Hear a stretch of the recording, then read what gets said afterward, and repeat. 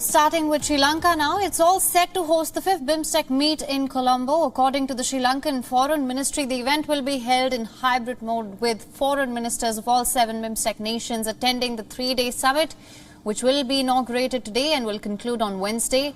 Indian External Affairs Minister Dr. S. Jaishankar also reached Colombo on Sunday to hold bilateral talks with Sri Lanka's top leadership and attend the summit. This is his first visit to the island nation since India extended an economic relief package to bail Sri Lanka out of its current economic crisis.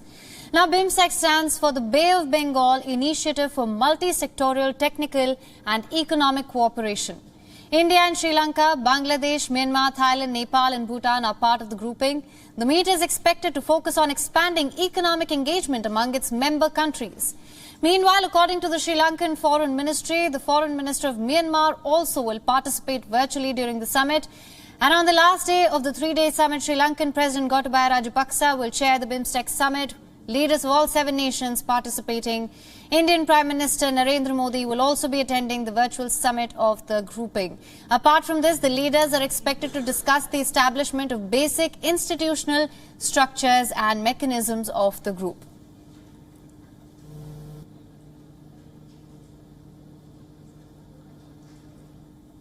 And now for more on this, our correspondent Dasuni Atoda is now joining us live from Colombo. Thank you so much for joining us. Now, what are the key things on the agenda for the Bay of Bengal Initiative for Multi-Sectoral, Technical and Economic Cooperation?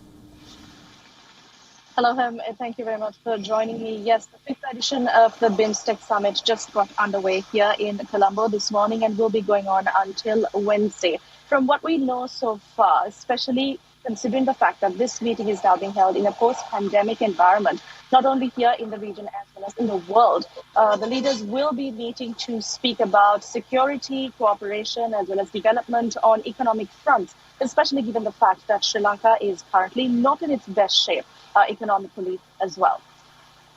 Absolutely. Now, talking about that, how do you see India's participation? Indian External Affairs Minister Dr. S. Jaishankar reached Colombo on Sunday. Prime Minister Modi will be attending the summit as well. This after they had bailed Sri Lanka out of its current economic crisis. How do you see the role? Absolutely. The Foreign Affairs Minister of India, S. Jaishankar, arrived in the island last evening, and from what we know so far, he is engaging in top-level discussions with the top leadership here in the country, which includes President Gotabaya Rajapaksa, Prime Minister Mahinda Rajapaksa, as well as the Foreign Affairs Minister G.L. Pires. Now, they will be discussing further as to how best India and Sri Lanka can cooperate on matters of mutual as well as beneficial advancement for both, especially given the fact it is just a mere days or a week ago that India did agree on a massive financial bailout for Sri Lanka. So matters of discussion, especially for fuel purchasing as well as purchasing of commodities and basic overall economic growth for the country in terms of India-Sri Lanka participation, is expected to be discussed today. Right. Now, staying with that, we know that Sri Lanka is facing its worst economic crisis. The meeting is also expected to focus on economic engagement among other member countries. What is Sri Lanka's position on the same, and what forms of engagement is Sri Lanka hoping for?